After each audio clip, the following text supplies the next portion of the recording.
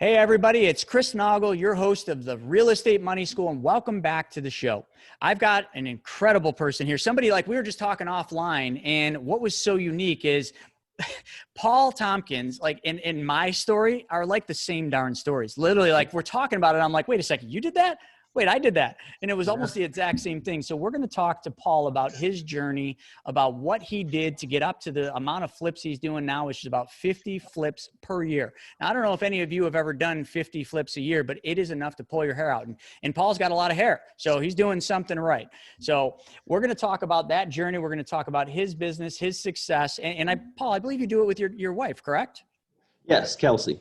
Kelsey. So just like me and Larissa, it's Paul and Kelsey. They're, like I said, it's literally like looking in the mirror when we look at our business operations and what we're doing. So we're going to get into that, but let's talk real quick about you. Let's talk about all of your journey to becoming a rebel banker. That journey begins a lot of different ways. It starts with, realizing that you want change and you want to do something different. Then after that, you start seeking out the knowledge you need to basically go out there and have the perfect day, to live your perfect day. But that always comes with a cost, and that cost is you taking action.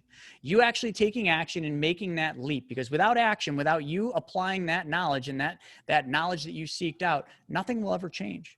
So the biggest thing I always tell everybody at this podcast is now is the time to take action. Now is the time to go out there and take that leap. There will never be a better time than right now, because that's the only time that matters, is the now. And one of the things that you could do is you could start with grabbing one of my books. And I give this book away for free. This is the Private Money Guide, where all the money is for all your real estate deals, the solutions to finding the money and how to do it without asking. You can grab a copy of that book for free at moneyschoolrei.com/book, or you can just go to chrisnaugle.com, go to the resources page and click the link, and you can get that book as well as Mapping Out the Millionaire Mystery. But make sure if you get the book and you read it, you take action on those. So Paul, let's dive right in. Like, tell everybody a little bit about your business right now. What are you doing? What does it look like? Just give us the whole thing. Well, first off, Chris, man, thank you so much for having me here. I love what you stand for. I love that you just don't keep all that information to yourself. You share it with other people. And I love the take action part. That's what I see newbies or people that want to get into it, they don't take that action. So, hey, thanks for pushing that to everybody. My pleasure. Thank you. Yeah. A little bit about me. I mean, my journey, it's a crazy one. I have a lot of different things that I've done before. So I'll just kind of walk you through the beginning. And I started probably at 8 years old, just with an entrepreneur heart, right? Just wanting to figure something out. How do I make money? And it was kind of out of necessity, but at the same time, out of a desire. And at 8 years old, there was 8 kids in our family. And my dad was a pastor of a tiny church of like 30 people. So obviously there's no money in that. And my mom, obviously a stay-at-home mom, because there's 8 kids. Like, what do? You can't afford daycare, childcare. So when I was 8 years old, I was like, hey, how can I help the family? How can I make an impact in my family? And it was, I'm going to create my own business. And everybody's like, my brothers are laughing at me, and my sister's like, what are you doing? And I'm getting my crayons out, and I literally made these sheets of paper, 8.5 by 11. I cut it in half, and I wrote Tompkins Enterprise on it. And I put little lines under it, and I'm like, I do painting, I cut tree trims, I mow grass in the winter, I shovel snow, and I started putting them on people's doors, me and my brother, and the journey took off. I mean, my first job was painting fences. I think it took us 3 days. We made $80, and $80 to like an 8-year-old. And this poor lady probably just felt bad, Chris. She was probably like, man, that fence looks terrible. But hey, I got my $80 and the business was going. So I did that for a while, and I just said, hey man, I can make extra money. And then at 12, I remember having to buy my first pair of sneakers. My mom's like, hey, I can't afford those sneakers. It was those Brooks sneakers. I don't know if you remember them back in the day. And I was like, sure do. Like, they're cool. I got to get them. And my mom's like, just can't afford it. And I was like, then I'm going to add a newspaper route. And I started doing newspapers too. And so I had that hunger at a young age, and I understood that if I worked hard, like you're talking about a lot, the money will come, right? If you put the time, you put the energy in. So I learned that at a young age. And then I also had a heart for people. I always had a heart for people, for a legacy, for just a passion to give back. I always had it. I don't know where it came from. I did a lot of outreaches in my community and at my church, and just it brought me happiness. It brought me joy. And a lot of people think it's money, and money helps things. It helps you fund those passions and those dreams to help people. And I just had a heart for that. And I remember always wanting to be a police officer. And I was like, oh yeah. So I go to apply at 18 years old to find out, hey, to be a state trooper, you got to be 21. And I'm like, what are you talking about? What am I going to do for 3 years? So I joined the United States Marine Corps, right? The next best thing.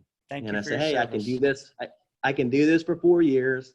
I'll get out and then I can become a trooper. And that's what I did. I did my 4 years, served overseas 2.5 years, got out, and I said, okay, it's time to go be a trooper. I became a Florida State Trooper, and I did that. And kind of this is where my real estate journey begins, because I loved it. I loved chasing bad guys. I loved helping people. I loved people's worst mindset, their worst moment in their life, you get to show up and help them. And like that for me was like life changing. And I'm not gonna lie, I drove a fast car. Chris, they gave me a gun and said, go catch bad guys. And I was like, where are they? You know? So it was awesome. So I did that, Chris, for probably 8 years.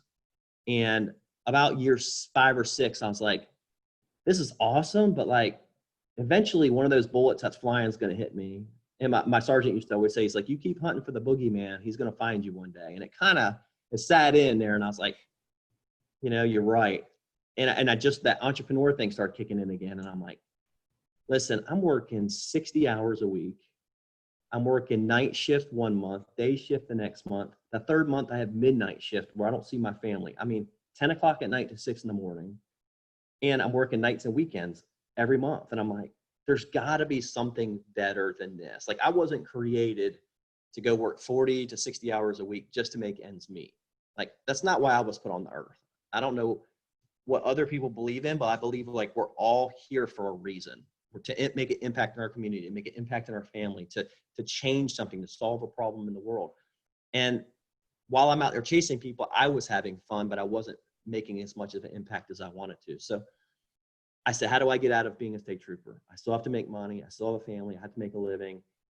And I started researching. I said, where do most millionaires and billionaires have money, put money, keep money, make money? And real estate just kept popping up. And this was probably 2004. So for me, that's enough. Like, once I know an answer, I don't need to keep researching. I don't need to keep looking. I don't need to explore new avenues. I was in. And it was pretty cool because I was a state trooper. So I'm driving around already. And I'm like, ooh, that's a vacant house. Oh, there's another one, you know?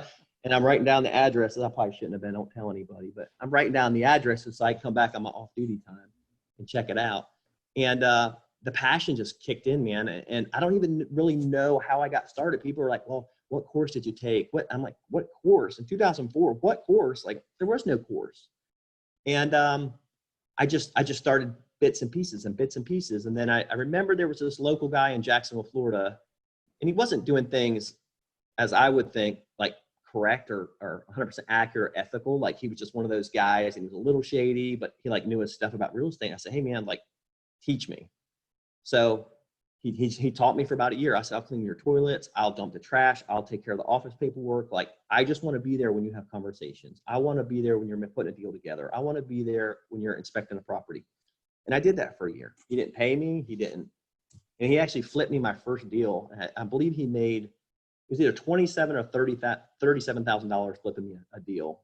And I was like, are you kidding me? Like, you just made that much money on me and you've known me for a year? And that's where I first saw the wholesaling thing kick in.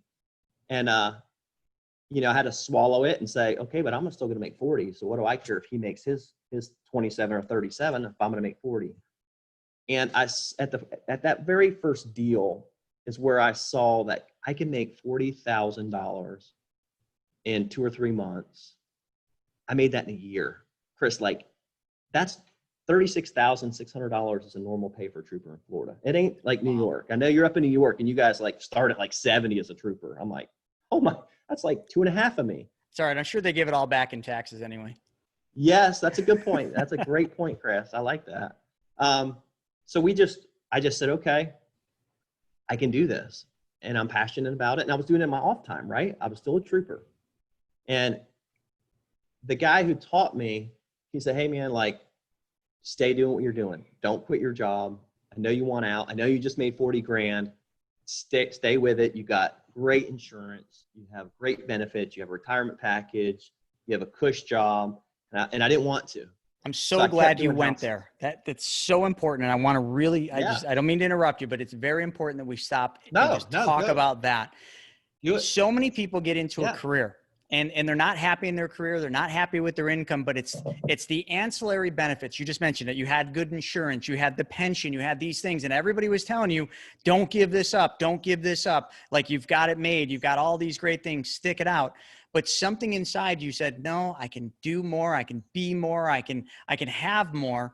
And a lot of people stop right there because somebody else tells them to how to live their life, because they're telling them how their life is, you know, and it's something that Will Sure. Rogers says that was profound to me. Will Rogers said the biggest problem in America is not what people don't know. Just like these people that were telling you, you know, you got these cush benefits and everything else, stick it out. It's not what they don't know. The biggest problem in America is what people think they know that just ain't so. That person that was they weren't trying to stop you from your dreams, but they just don't know how to dream because they never took that leap. You did. And I just wanted to point that out because a lot of people are stuck right there. You know, so this is your journey. This is your journey to success. And a lot of people stop their journey right there. When someone says, no, don't give it up, don't do this. Mine was the same. I was a financial advisor. I was doing some real estate, but when I left that financial advisory firm to go independent, I remember people saying, you're crazy. You're giving up a pension. You're giving up your NILIC. You're giving up your benefits. Like, why would you do that? Like, you're at the top. Sometimes the top for one person is the bottom for another person. Sometimes the top for one person isn't what the other person's perfect day is. And that was you. And I love that. I just had to stop you there. That was important. Yeah. I mean, I couldn't agree with you more. And a lot of people, they base that.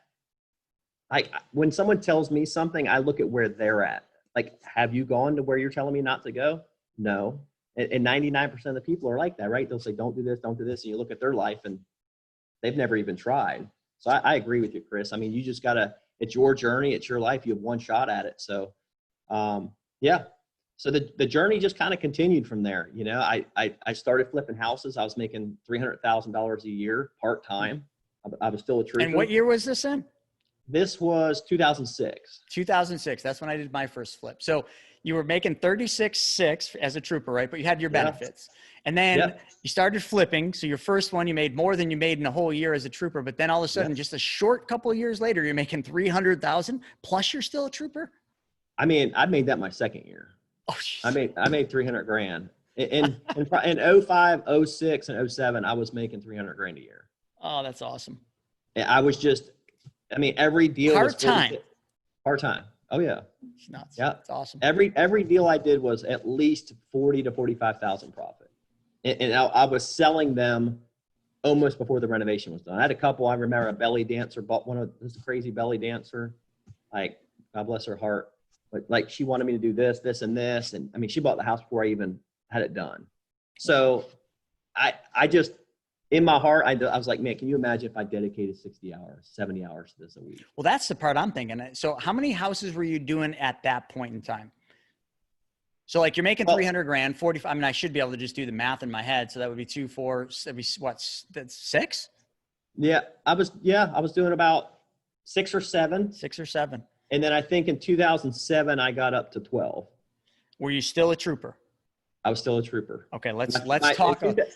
Yeah, go ahead. What was it like? You're a trooper, so you got a full-time job.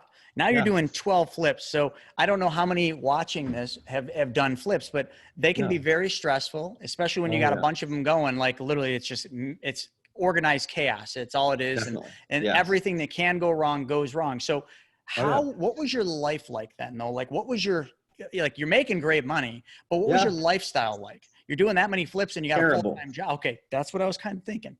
Terrible. I did the first couple flips myself.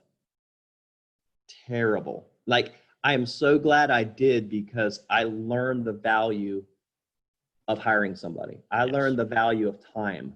And like everybody says, you can't get time back. So I learned that right off the bat. I was like, man, I did like 2 or 3 and I was like, I can't do anymore. I can't do volume. I can't succeed. I can't grow, right? We all desire to grow. I couldn't grow at that point. My marriage was falling apart. I was working. I was still doing 40 hours at least, because that's a full-time job, 40 hours with the troopers and probably 40 hours on houses. So I was 80 hours deep, and that's not good when you have to go out and pull people over, do drug busts, do that. Like, you got to be on your game. You can't be tired. You can't be exhausted. I remember hopping in my patrol car just exhausted. So then I was like, hey, I got to learn to build a team. I got to learn to get a rehab crew. And I was really good at analyzing and being strategic. I'm very analytical. I know numbers. I know what flow is. I know how to set up timelines. That's just kind of a gifting, I guess. Maybe it's learned through what I went through, but that helped me succeed and push through. And then 08 came, and boy, it came. Chris is over there. Oh man. Well, I almost lost it all. I was one payment away from being completely bankrupt in 2000. Well, it would have been 2009 when they happened, but no, I'm sorry, it was 2008 that I hit that wall. Yeah. Yeah. And we hit it too. I think I had 12 houses going at the time, and we were trying to turn them all into rentals, right? We held them for a little bit. We tried to drop the price, try to sell them. Everybody was scared. Nobody was buying. And I remember that feeling of like, oh my gosh, I got to pay $1,200 to $1,400 a month per house I have out. Let's just say it's 1,000. You got 12. That's $12,000 a month in payments. Yep. Oh, I'm a state trooper. I know, man. Trust me. So we went through that, and I said, okay, what can I learn through this? A lot of people would have stopped, right? And I did for a period of time, because I was still a state trooper, thank God. And I said, hey, I have to make income. How do I make income? What's a win? How do I pivot, right? Especially in real estate, especially in business. How do I pivot to not go bankrupt, to not do foreclosures, to keep my name, to pay back the people that gave me the money, to do the right thing? And I got a call one day to go be a contractor in Afghanistan. And I'm like, why would I do that? Like, are you crazy? Like, I'm already have a crazy job. Why would I want a crazier job and leave the country? And at that same time, I'm going through a divorce. And a lot of that, I guarantee you, had to do with me flipping houses, full-time job. I had a son at the time. Like, I wasn't managing my time. I was missing games. So for me, like, that was a killer for me. That I didn't realize. I don't know if I wasn't mature enough at that time, or I just never gone through it. But like, all of that was hitting me at the same time. So ended up going through a divorce, and I'm like, you know what? I'm gonna do the Afghanistan job. And I went over as a contractor for a private company that works for the Department of State. And guess how much they were paying me? Like $15,000 a month. I'm like, that covers all my notes. So like, that was one of the main forces that made me go over there. But I said, hey, I got to do the right thing. I'll turn some into rentals. I'll sell some if I can. And I just worked through that. And it was terrible. It was tough. I was in Afghanistan. I missed my kid, but I had to suffer through that. And a lot of people would have just taken that and said, hey man, this is crazy. I'm out. I'm letting them all go to foreclosure, and walked away and filed bankruptcy. And that's on them. They can do whatever they want. But I knew in my heart, I was like, hey, these people, this bank, this whoever lent me this money, I'm going to repay them their money. I'm going to do what's right, whatever it takes. So I did that. I was over there for 25 months, and it was eye-opening. And you talk about learning a lot from what happened in 08, but I learned a lot just being over there, and the sacrifices that it takes. So I learned a lot through that experience. But I came back and did a couple other odds and ends jobs, and started working for my church. I was injured in Afghanistan, and I came back, and I couldn't go back to being a trooper. I had spine surgery and stuff, and I couldn't go back to being a trooper. And my church needed a volunteer. They're like, hey, we need a volunteer to help us with outreaches and stuff. And I was like, that's right up my alley. I love helping people. So I started doing that. And then they asked me to do this, and then they asked me to do that. And then, hey, you want to come on staff? And I'm like, not really. But, you know, if you're going to pay me $60,000 to come help people, it's a great start while I'm healing and all that. So I did that for a period of time. And then I met my wife there at church. And it's a funny story. I say, hey, you know, she was in the Connect Center, and the Connect Center of a church is like where you connect with pastors, and hey, how do I get connected to the church? What are you guys about? And I saw her standing in there. I was like, I need to connect with that girl right there. That's what I'm talking about. She didn't hear me, but I kind of eased my way over to her, and we started talking and hit it off. And I went on a missions trip, came back from the missions trip, and she was hooked. You know, Chris, I got that fishing line out. I was like, come on, baby, come on, wham. And so we started dating, and jumped right into entrepreneurship again. My church was like, hey, we need a venue for our youth to have events where they can stay the night, where they can get out of the church and get out of the city. And my wife and I we always had a passion for kids. So we're like, hey, let's try to find something. And sure enough, we found a $14 million resort near Tallahassee. And I said, let's put this deal together. So we did. We put the deal together. We ended up buying it for $10 million. Or $6 million. Yes. He wanted 10. We got him down to 6 million, haggled him down to 6 million. Our church and another organization partnered up, bought the building, bought the resort. I think it was 644 acres, beautiful building on it. And we started running that for a year. And, churches, they're nonprofits. They don't have that much money. And we were working it. I mean, we were working hard. They had events, they had weddings out there. They had all kinds of different things. And I felt myself get pulled back into working for somebody. You know what I mean? Instead of it being a passion or was working for myself, I felt myself getting pulled back in. And I'm like, oh man, I'm working for the man again. I'm working for that paycheck. And I think at that time I was probably working 70, 80 hours a week. The wife was working probably 55, 60 hours. She was miserable. I was miserable. And I'm like, you know what? I learned from my first marriage, we ain't doing this. And I had a strategy of her exiting and then me waiting another year and exiting. And one day the CEO showed up and says, hey, we're taking the company in a different direction. We want to do a drug rehabilitation center. Don't need you anymore. Have us the keys by 5. And it was like devastating. I mean, like, I couldn't believe how well I handled it. He's asking me questions about stuff and I'm answering him, and I should have just got up and walked out. And my wife is just bawling. And I'm like, for some reason I just had peace about it.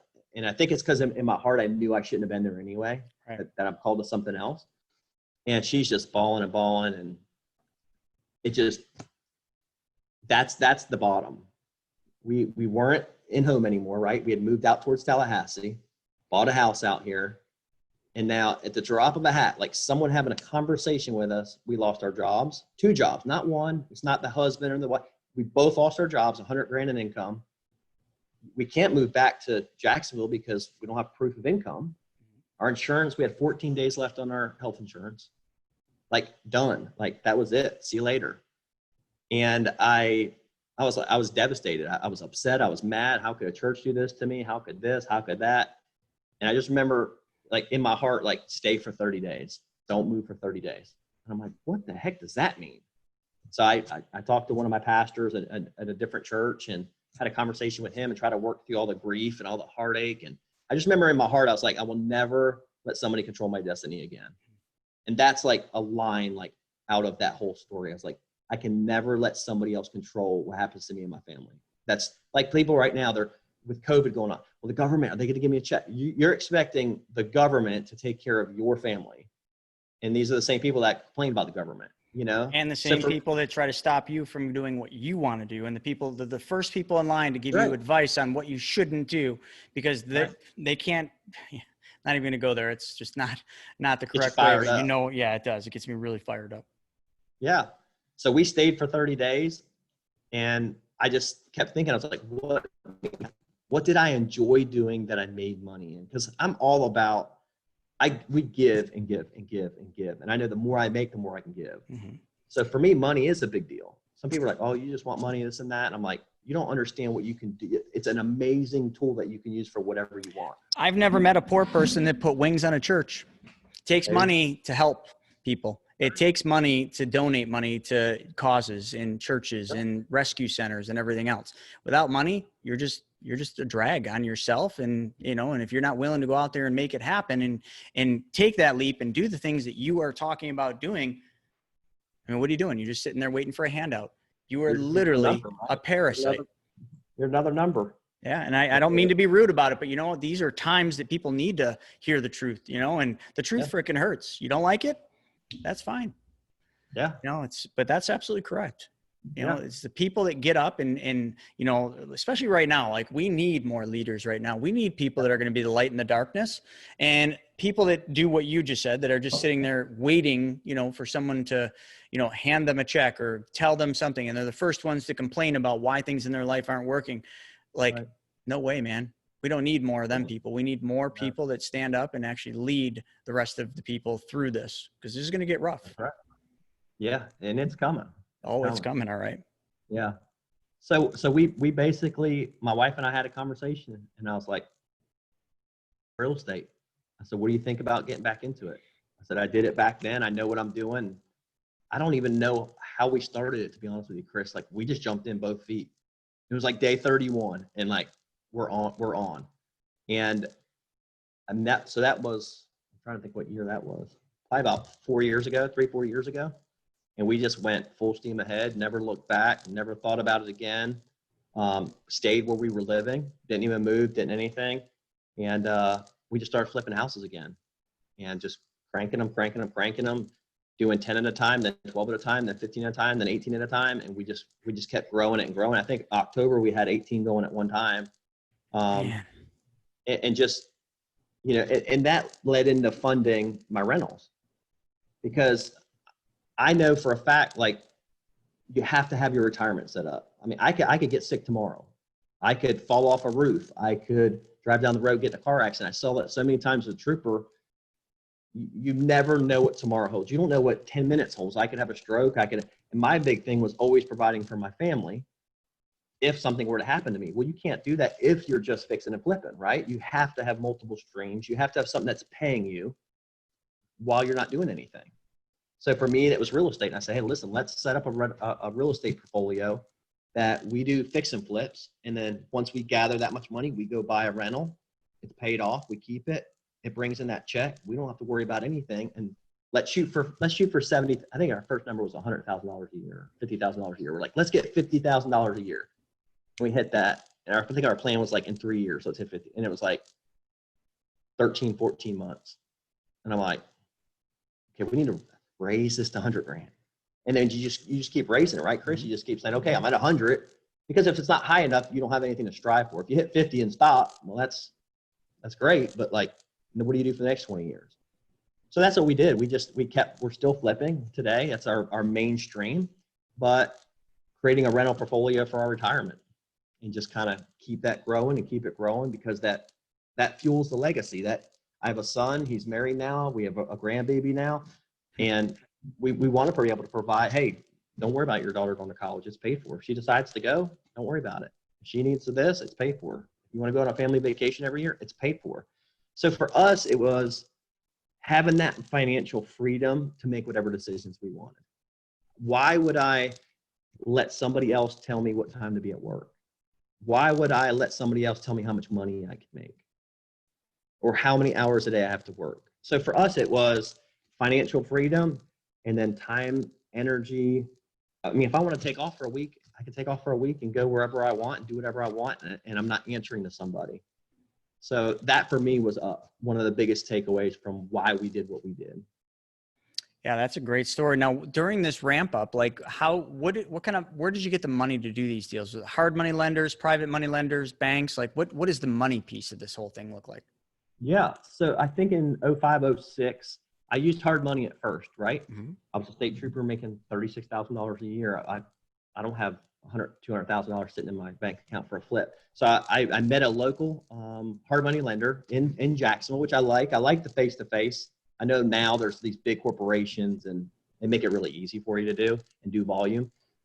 Back then, I just liked the face-to-face. I liked walking into a man's office, handing him a portfolio. He's writing me a check. He gets his payments. Like, I just like that. And I wasn't doing huge volume. So I still do that. So don't think, I mean, still there. That's the best form of money is, and I'll get into how I get other money. But so yeah, I used hard money at first, and I'd make 45 grand. I'd say, put it in a separate account, can't get touched. Because all this for me is extra, right? I'm going to keep living off my 36.6. I'm not going to, okay, I made 40. I'm going to go blow it on a car. I'm going to go do this. Now I did a little bit. When I first started making that money, I'm going to rent a limo this weekend. I'm like, I look back now and I'm like, I rented a limo for what? To go around 10? Like, oh my gosh, are you kidding me? And I think about how much money I did waste for a short period of time. But yeah, so we just, I used hard money at first, and then I just started saving my money. And then after 5 houses, I had 200 grand saved. And I just said, okay, I'm gonna fund my own deal now. And then another deal would come, and I started doing 2 or 3 at a time. So my goal was like, buy one, sell it, buy 2. Always kind of try to like add one as I did it, because then it's like going to the gym, right? You throw an extra 5 pounds on and then another 5 pounds on. If you try to sit there and tell somebody in a year they can do 10 houses, they're gonna be like, you're crazy. Right. I haven't even done one, Paul. But if you say, okay, let's do one every 3 months, you can do 4. And then I'm telling you, by the end of that year, they'll be doing more than 4, because they're just gonna be passionate about it. So when that started happening, when I started picking up more deals, I actually had a friend of mine that was like, hey, I have some money. I'd love to partner up with you somehow. And he had just partnered up with that shady guy that was teaching me that I had left. And he said, hey man, like, I just gave this guy $100,000 cash. Do you know him? And he told me the guy's name. I was like, yeah, I don't do business with him anymore. I was like, he was teaching me the ropes. I said, some stuff was just a little sketchy. I just gave him $100,000. I said, hop in my truck. And we drove up there, got his $100,000 back. I said, listen, this ain't no contract, no nothing. And the guy just didn't know better. Great heart. And I said, why don't me and you team up? And he's like, let's do it. So he started funding some of my deals. I put my money in, he put his money in. So I started fading out hard money, and I haven't used hard money since then. But those friendships, partnerships, families, close people don't know the power of a group, influence. Like I started doing deals. I had friends coming up to me and be like, hey, I got $100,000 in the bank. Can you give me a 4% return? Done. Yes. I'll even let you hold the mortgage on the note on the house, like to give you comfort, like whatever I could do. So I started hustling with that. And friends like, hey, my grandmother died. She's got $200,000. I just got it in an inheritance. Can I invest it? So I just said, hey, and I just started building it up that way. And now I'm up to probably borrowing $5.4 million a year of other people's money. And I barely have any of my own money involved at all. So it just depends. I know a lot of people are out there. For me, I like buying houses with speed. I don't like a lot of red tape. I don't like fill out these 85 forms, wait 10 days. The house is gone. So for me, having cash on hand, where I could sign a document right now. I can go look at a house at 3:00 today, write an offer on it, and close on it in 3 days. Depending on title, clear title. And my attorneys are great, and they bust it out for me real quick. It just depends if there's any issues with that. But there's a lot of power that comes with that. But yeah, there's a lot of different ways to do it. But I started hard money. I kind of teamed up with a buddy of mine, and then another guy's like, hey man, I got a whole bunch of money too. Let's do this. Just give me a return, a certain percentage. And we're up to 5.4 million in, I think, 3 years. That's awesome. Yeah. And it's just like, the more you tell your story, the more, I didn't, serve for the country, like you did, but, thank you for your service on that. That's the reason we have the freedom, but, just so many things are the same. I mean, the rise to success, then the fall, and then, how you used money, started with hard money, then went private money, and you're just all that. It's all the same story. The flips, and then the flips, you start thinking, wow, I need cash flow because I don't want to keep transacting, flip after flip. And it's just, it's awesome. What would you say during this entire journey what was your biggest external obstacle that you had to face? Man.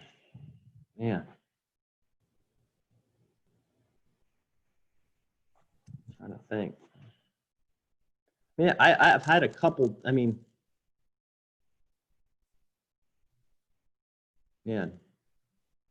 Money was really not one of mine. I've kind of always had that kind of hooked up, lined up. Mm-hmm.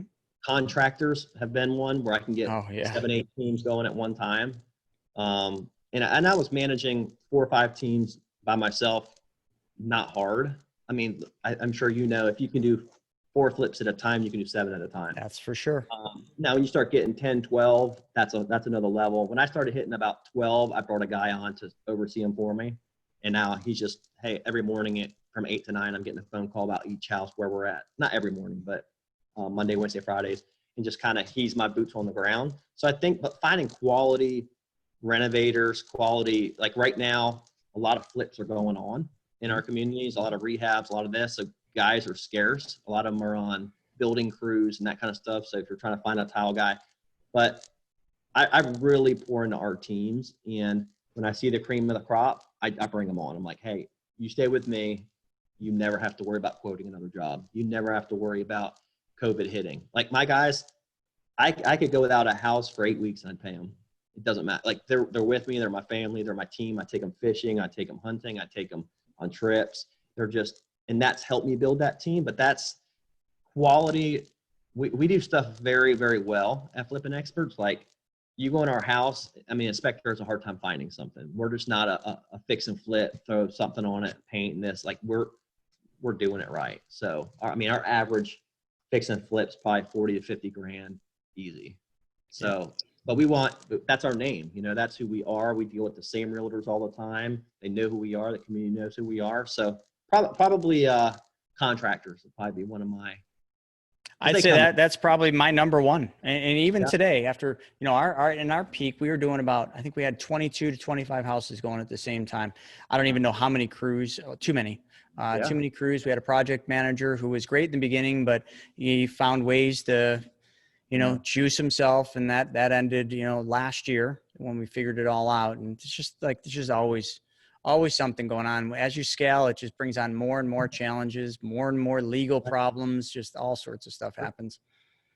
Yeah. So if people so today you're mostly doing fix and flip, like how would people see your work? How would people find you? Like what, you know, my audience, if they wanted to seek you out, how would they do that? Yeah, just go to Flippin Experts on social media, Facebook, Instagram. I mean, you'll see videos every single day, quick tips, some training stuff, before and afters. Just Flippin, there's no G, Flippin Experts. Mm-hmm. And we have a website, flippinexperts.com. You'll see a lot more on social media if they're looking for entertainment, some funny stuff, some pictures, before and afters like that to be inspired. So it's the easiest spot to find it. That's awesome. Well, I really appreciate your time coming on the show today. I mean, it was just, the story's awesome. There's just so many takeaways. I don't even know where to start and where to end, but it was really great. My audience will just eat it up and love it. And, you know, I think the big thing is, you know, like that Will Rogers quote, just don't let people tell you what your life is going to look like. Don't let other people determine your future. And you didn't, you know, you almost did. You almost went down that path, but then you came back, you know, and you realized this just doesn't feel good in my gut. And that's the gut's always going to, you know, always going to get it right. So with that being said, everybody, you know, I hope you enjoyed these takeaways. I hope you enjoyed his story. It is just incredible. I mean, I'm literally like, the second we talked before this, I knew it was going to be good. And you didn't disappoint. It was fantastic. So for all of you watching on your journey to becoming a rebel banker, you heard it from Paul. Got to take action. You got to stop listening to people tell you, you know, what to do. And you got to just go and make that leap. Sometimes you're going to fail, but you know, failure is the best education you'll ever get. And the only way to truly fail is to quit. So if you don't quit, you can't fail. That's all there is to it. So everybody, thank you so much for your time, for joining us today. And Paul, thank you for your time. And we will catch you guys on the next episode of the Real Estate Money School. We'll see you then.